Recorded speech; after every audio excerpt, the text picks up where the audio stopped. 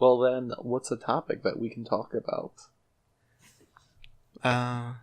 What's your favorite kind of child to hit? The black ones. So let's get an actual conversation going.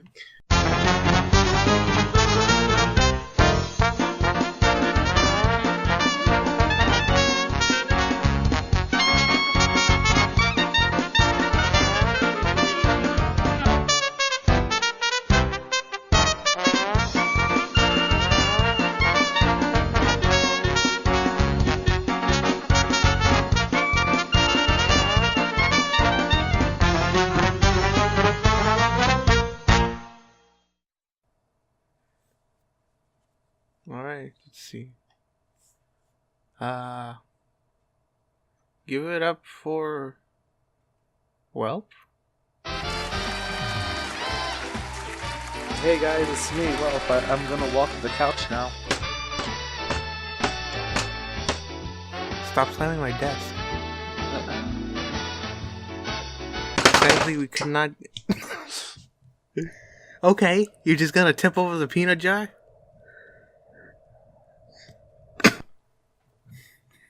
This was honestly kind of really uncomfortable for me. It feels like this is a Well, look. This feels like a deliberate act on your part, Uni. If I'm not welcome on the show, you don't have to invite me. You know. Just kidding, audience. we have fun here. You're dying out here, kid. Okay. Well, sadly, we had to remove the leathery couch from the first episode. Ooh, well, let me. So we got you this nice little Ethiopian child to sit on. He's very disobedient.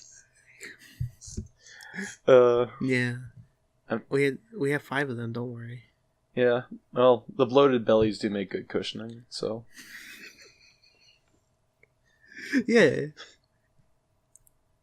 This one keeps laughing. It's tickling. Stop it!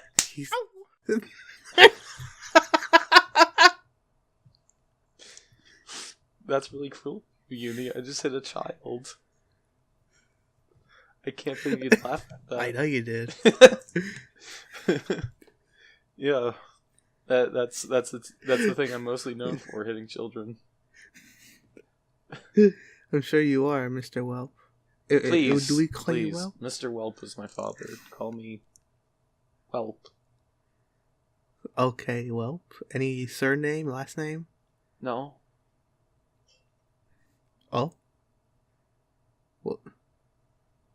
Why would there be? I'm Welp. The one universal constant. I wasn't born, I've always been. I watched the birth and death of stars. I will watch you die, Uni. Well, it's great to have you on, Welp. Yeah, I know. It's fun. Yeah. Listen, this is an educational show. I'm just here to promote my new movie. What movie is that? You know, it's Welp and the Others. Okay, what's it about? Well, there was a comic book called Aquaman and the Others, and I said, "Do you see? You got half a good concept going on here, but I think I could be a better fit." And they said, "Yeah, that is a funny mask you got on. Let's make you a superhero." And so then they made a movie about me. Oh. We got a clip. Let's play it right now. Oh, yeah, let's hear it. Hey, so you're gonna insert the clip. There's. Hold on. Hold on.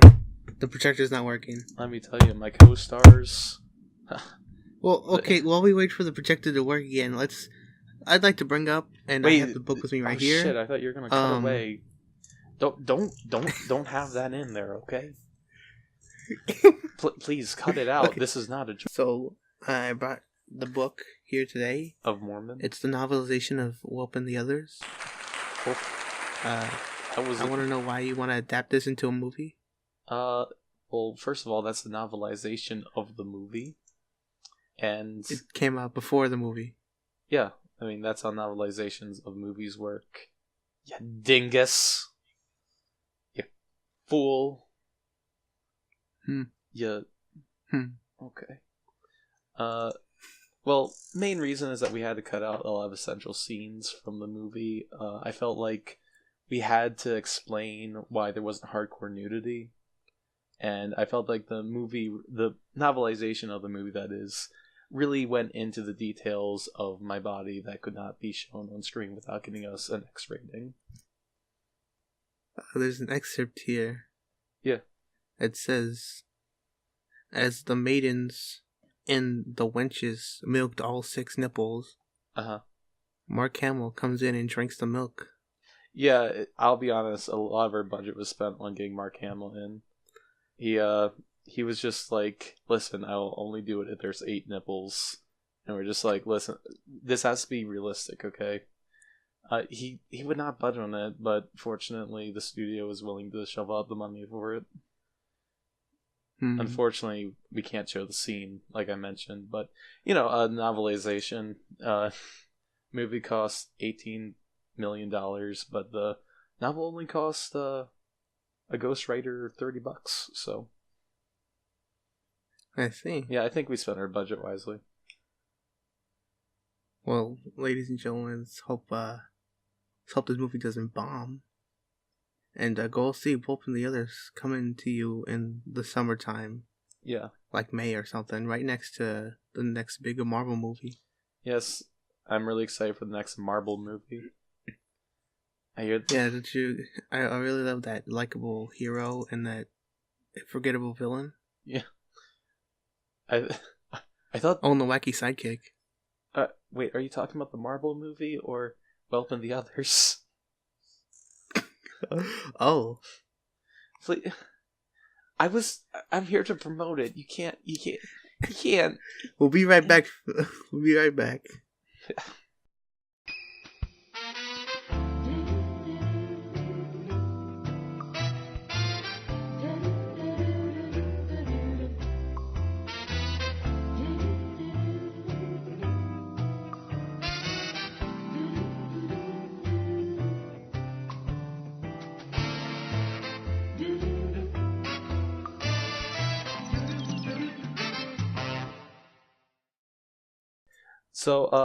So I have a really interesting story from a recent vacation, actually.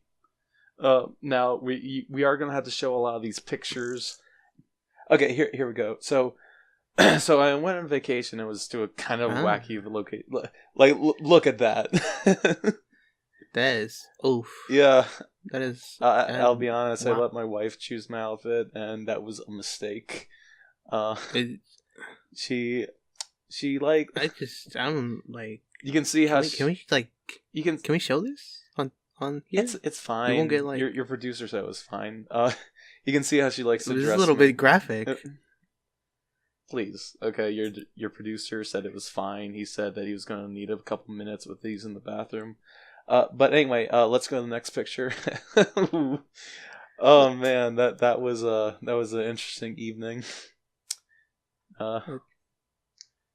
The locals were not happy, but when you're a big guy like me, you can just step on them. And next pick. Oof. Okay, next pick. All right. And here we have the volcano. It's not from a vacation. It's just a picture of a volcano. I thought it was cool. And yeah, so as you can see, the pictures tell the story, honestly.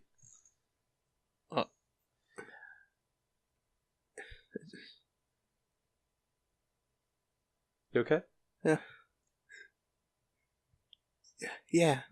I'm fine. Yeah. Uni, is that Bruce?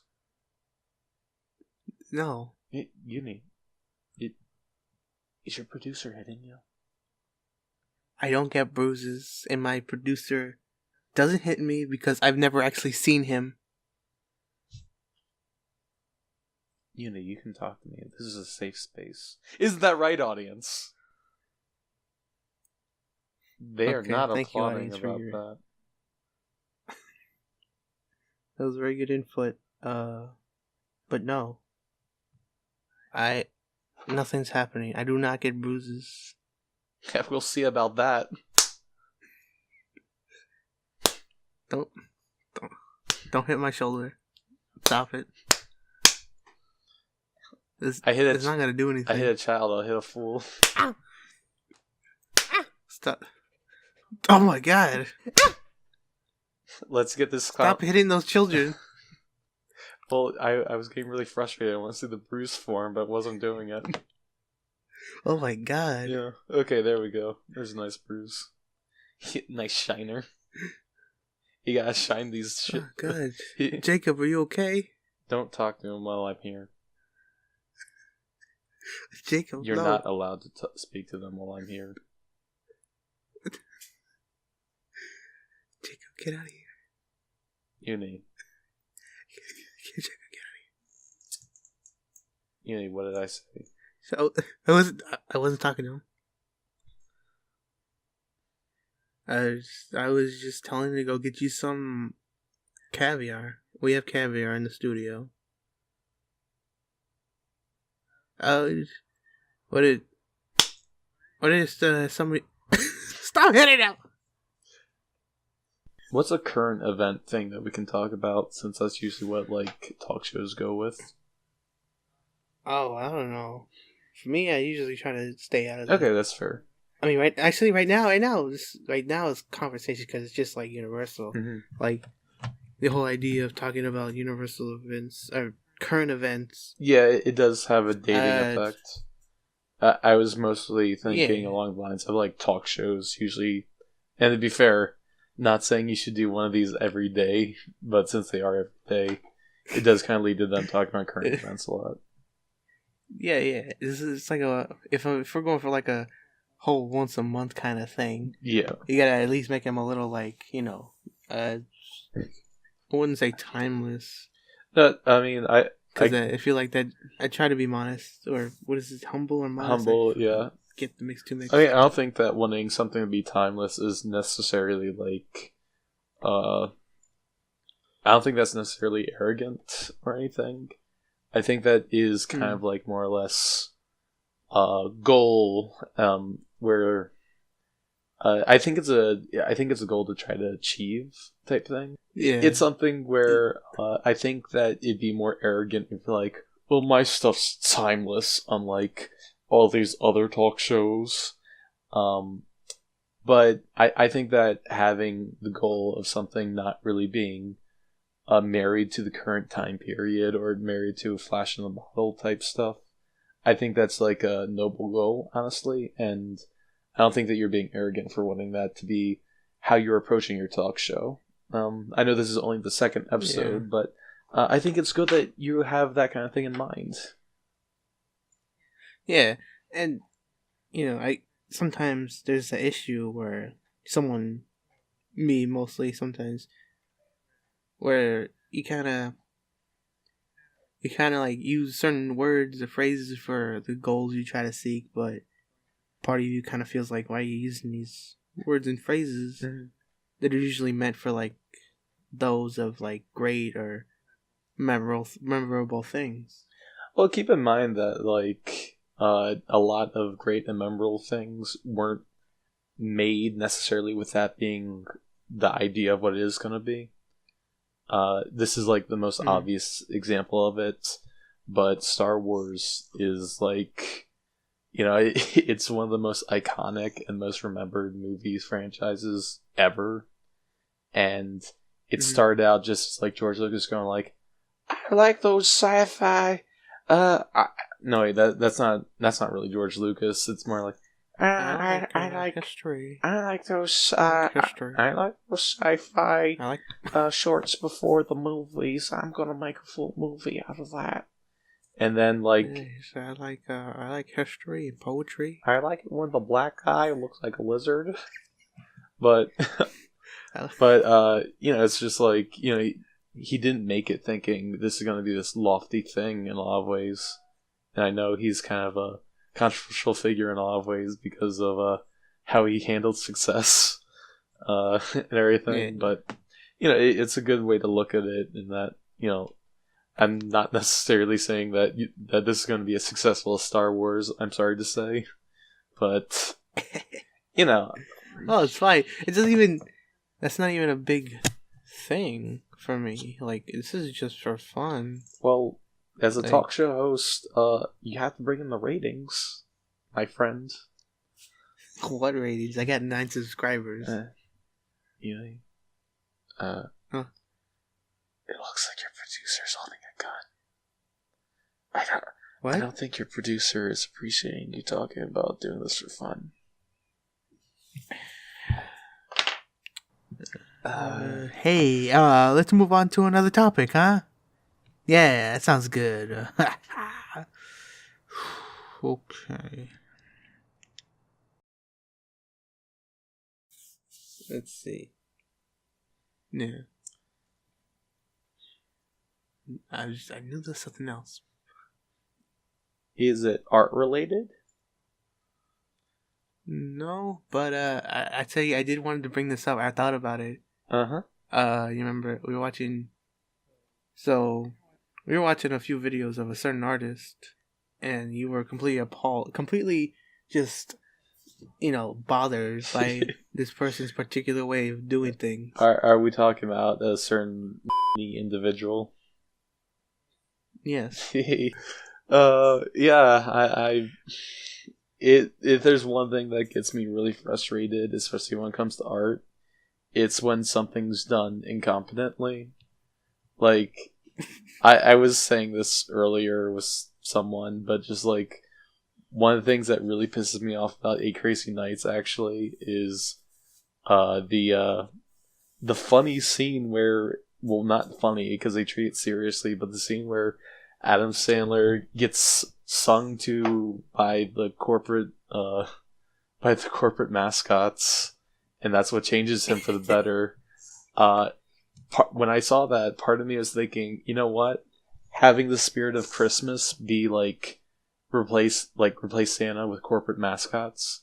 That's actually some pretty good satire on Christmas. But that's not what they did at all. It was legitimately, he goes... That was by accident. Yeah, like, literally, this is me seeing shit in front of me and saying, like, you know what, that shit is kind of shaped like a star. And then getting pissed off that it's not actually a star. But, so...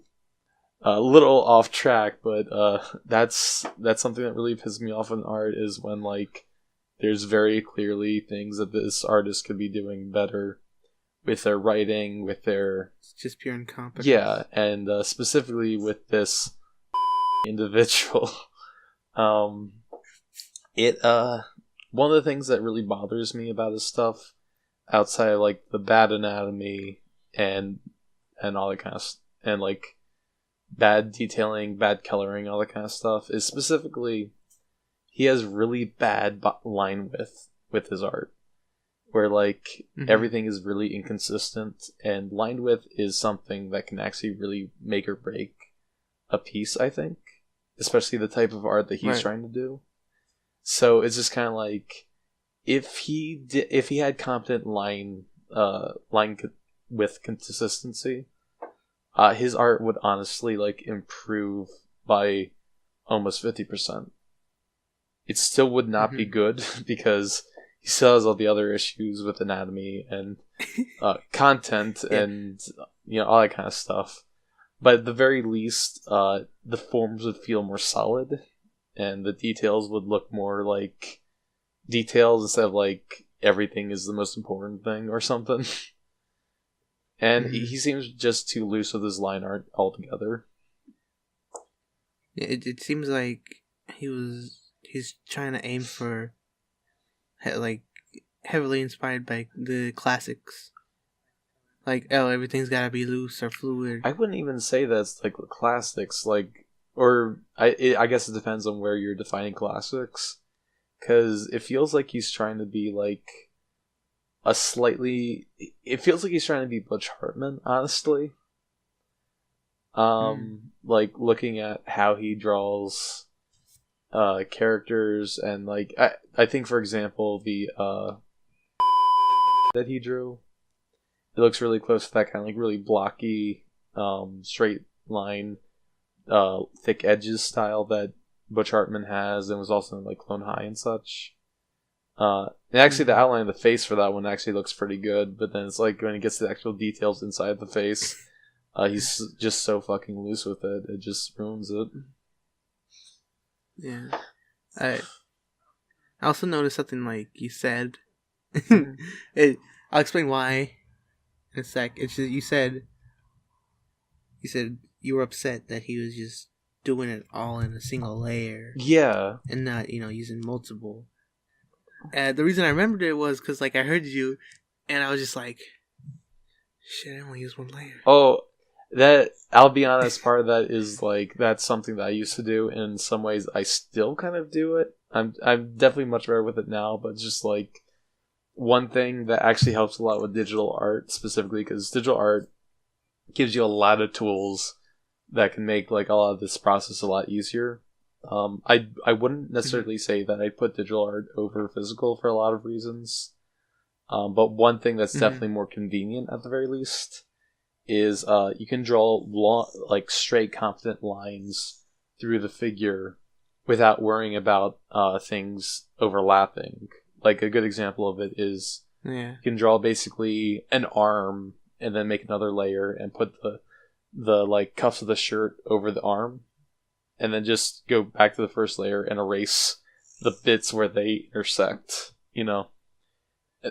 So, like, just only in that, like, sense? There's other things you can do with it, but that's, like, that's the main sense that I mean.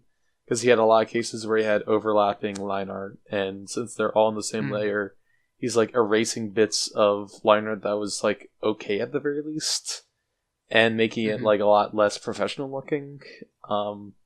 Because he wasn't, like, jumping between layers. And that's, like, the main reason that you jump between layers also, as well as, like, it's a way to organize the picture. Like, this is a layer where I'm doing most of the arm. This is a layer where I'm doing the right hand. That kind of thing. I would say for that, I did do that. Because I've been going on it for about, I want to say, like 4 to 5 years. And I did do the whole, I still do. It depends on, like, what are you doing. You know? Yeah. But for me, it got to a point where I just kind of got used to it. Like, I could probably do something on one layer, the whole line art, and it just turned out fine. Oh, to clarify, the line art thing is mostly a tool. It's just that it's a tool that would especially help. But yeah, basically just that's a tool. Yeah, That's a tool that he could definitely be using when he's clearly not. And there are plenty of art, and there are artists that don't take advantage of it, and they fare fine. Like, I'll say right here, right now, to clarify, you are much better than the one. So. Oh, thank God! I was worried for a second. I just want to clarify. Like, your line art doesn't have the width problems I have with his. So not perfect, but no one's is. Yeah.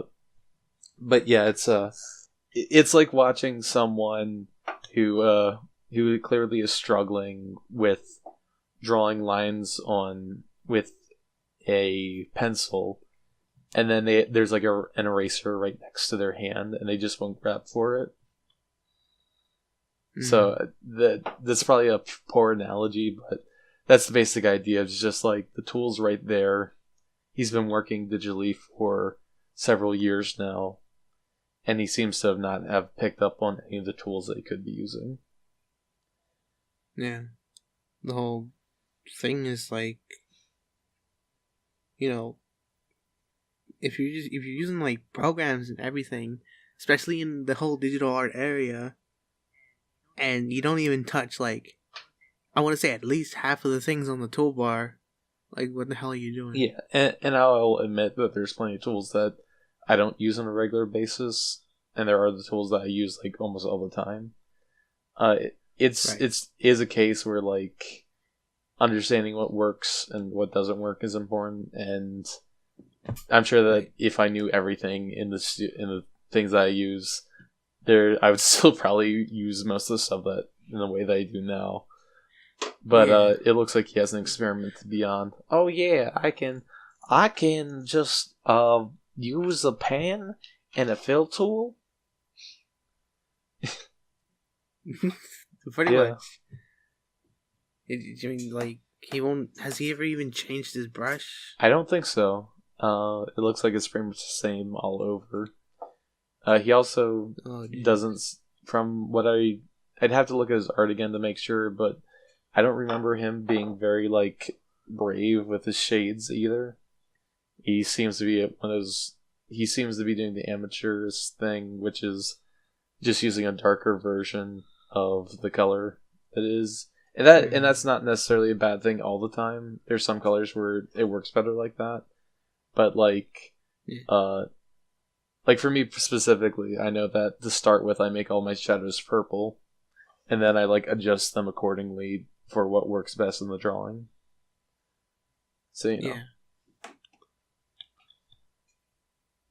These are habits that a lot of early digital artists usually get into. Yeah, but how long has he?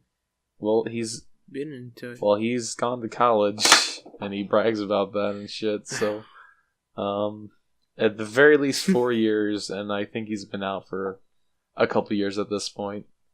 I honestly wouldn't be surprised if we're like the same age. Like, I think we're the same age actually. I'm gonna look that up and then learn that he's actually like much older than me, and I get a lot more upset. Oh man. Yeah, he's 2 years older than me. Oh boy. Okay. So arguably he might have been working on art for 2 years longer than I have, and he's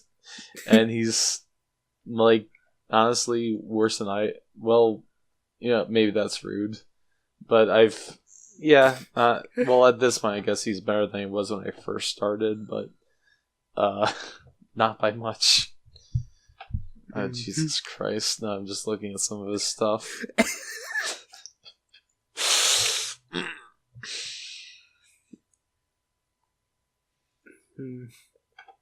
I'm gonna make your audience mad for a second. I brought this for your producer. Put it up. Let me see. Oh, God damn.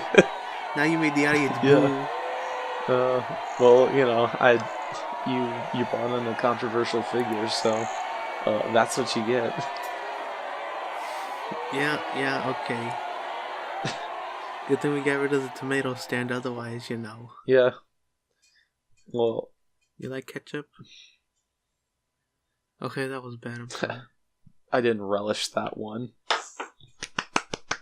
I'll kill you. I'll kill you right now. I don't care if anybody's watching. You couldn't. Why? Because you're the whole... Because I'm really cool. Oh. Okay. See my sunglasses? Listen. So that's why you brought sunglasses inside. Okay. Yeah. I thought you were just an idiot. Well, I was trying to make fun of blind people, but then I thought, hey, there's another purpose for this.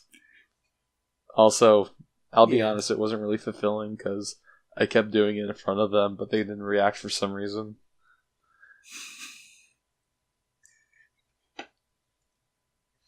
They probably just... They probably got something wrong with the ears. Yeah. Because you were in front of them. You were they're like, hey, look at me. I said, look at me, I'm blind. And then I fell down the stairs, and they had no reaction to it. Yeah. It was honestly really frustrating, so I had to push them down the stairs. It's the only way I could get my aggression out. Well, I mean, they kept hitting you with sticks, Yeah, they kept hitting my... They kept trying to hit your ankles. They kept hitting my shoes, and they're just like, listen, dude, these are Jordans, okay? I I got them new Li- J's. Step off. Listen, I know I'm trying to make fun of you for my funny YouTube channel, but seriously, don't fucking... You scuffed these, and I threw them down the stairs. Okay, don't worry. Like, they signed the contracts, No, so it was indeed a prank. Yeah. They're... had to guide their hands a little bit, because they were unconscious, but, they signed it. Couldn't help but notice your chains. Oh, these? Oh, yeah, I'm being forced to stay here. I'm stuck here. I mean, you could say I'm the captive host. Well, the host being like a captive is kind of a cliche.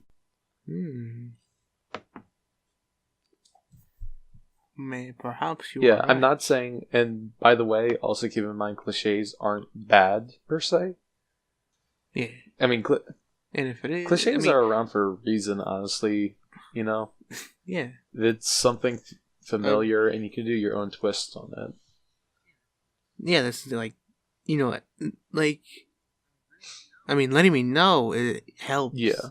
It gives me the whole like, if I still want to go the way I'm going, then I should at the very least throw a little spin on it. Yeah, like that's what it tells me at the very least. Well, I guess maybe captive audience is a little bit more cliche than captive hosts, but I think at this point they're both probably a little bit, Yeah, I can't. But I'm trying to remember any instances where the host is just stuck. Well, one example actually is like,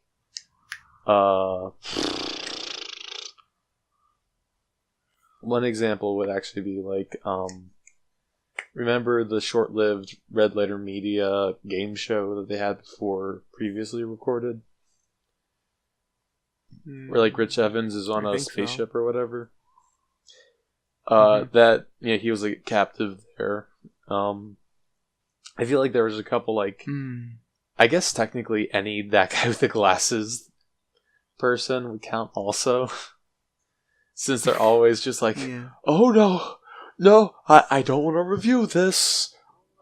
Oh my god, yes. Okay, I see what you're saying.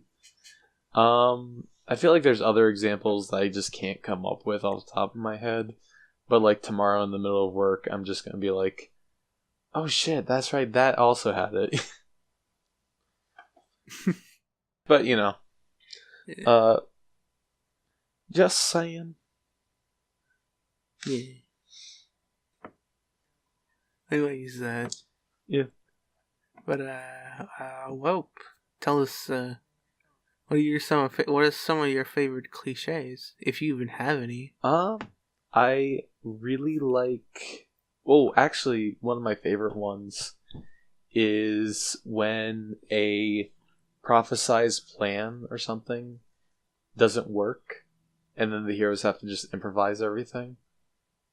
I really like out of all the problem, and spoiler alert for Gravity Falls here, but one thing that I really loved about the finale of Gravity Falls, with all of its faults, was the fact that like they had the whole wheel thing, and that was like a big thing that was built up with throughout the series, and then the Phil Cipher comes in and just goes fuck this, and then they have to improvise the rest of the way through it. Yeah, so that's one that I really enjoy. I also enjoy, like, for characters, I generally do enjoy things like really arrogant characters. I think they're a lot of fun. I also enjoy things like gruff old men with heart of gold type thing. I like action girls, especially when they have more to their character beyond. I'm like a girl, but listen, I dress like a guy. And it's just like, okay, that's cool. Yeah, well, those are just character ones, I guess. Actually, one that I've been liking more and more is when there are bigger sacrifices and kind of like sadder endings to things, especially things that are not necessarily like supposed to be dramas. That's something where, like, as an animation fan, I do watch a good amount of kids movies, so unfortunately I get to see the most bullshit thing all the time, which is where, like, they'll tease something sad and then 1 minute later they completely undo the sad thing because you don't want kids to experience sadness. They might grow up to become weirdos. It's not even that. It's like the two people in the suits. The generic. That's also another cliche. If we're talking about it, the two business guys in the suit in the back watching over the writer, like, oh, we can't have our children sad. They won't buy our stuff if they're sad. And then they're just like, when I was a kid, I watched sad things. That got me invested. Like, listen, we focus group this with an inbred family in Ohio, and in between, like, yodeling, they talked about how I never want to be sad in my entire life. You just offended our Ohio audience. Oh, hey, Ohio, guess what? You smell. You ever notice why the producer never has a head? Well, you don't have a neck, so I don't really think that's too weird. Okay, racist. Listen, okay. Okay, I was holding it off because I was like, sure, he punches a few Ethiopian kids, a few black kids. Some of them are blind, but I'll keep it under the rug. Why? Because I'm a good hospital host. Blind people aren't a race. But when you point out my lack of neck, that's where I draw the line. Get the fuck out of my room. Wait, you sleep here? Clearly. I mean, all this sweat and piss under my desk. What do you think I do this for fun? Well, considering all those white stains, I kind of thought you did. Get out of here. No. Producer, bring on the next guest. Nowhere else to go. You got a movie out. Don't worry. You'll be fine. It's Hollywood. It's not like Hollywood is made for the big guys and take out the little ones. Please, Cindy, they're going to take my thumbs. Take him out. Break his leg.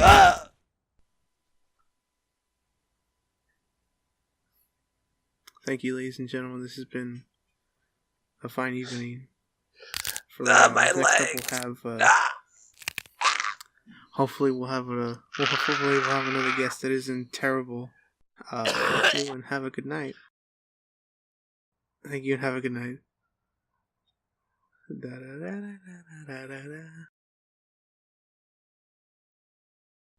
Ha! That was a fun episode, wasn't it? But you know what's not fun? Abuse. Racism. Racist abuse. Abusive racism. And abusive racists. Please don't be these things. I don't appreciate it. The hilarious jokes heard tonight were not made with ill intent. Yes, we merely seek to be funny. And nothing's funnier than pushing a blind person down the stairs. Nothing's more hilarious than having your guest sit on African children who are hungry and poor. And sometimes jokes will go into territories that do not make everyone super comfortable, and that's fine. But also, there weren't actual children. To make you feel better, they were actually cis white rich males playing as African children. Yes. So you shouldn't feel bad for them. They paid us for the privilege. We'd like to apologize to all the Ethiopian children listening to this podcast, and all the blind people who were pushed down the stairs, and all the rich white men who were very offended by our joke just now. Yes. Especially them, they have a lot more power. We're not racist. Yeah, Paul. Alright. Good night, everybody. Goodbye.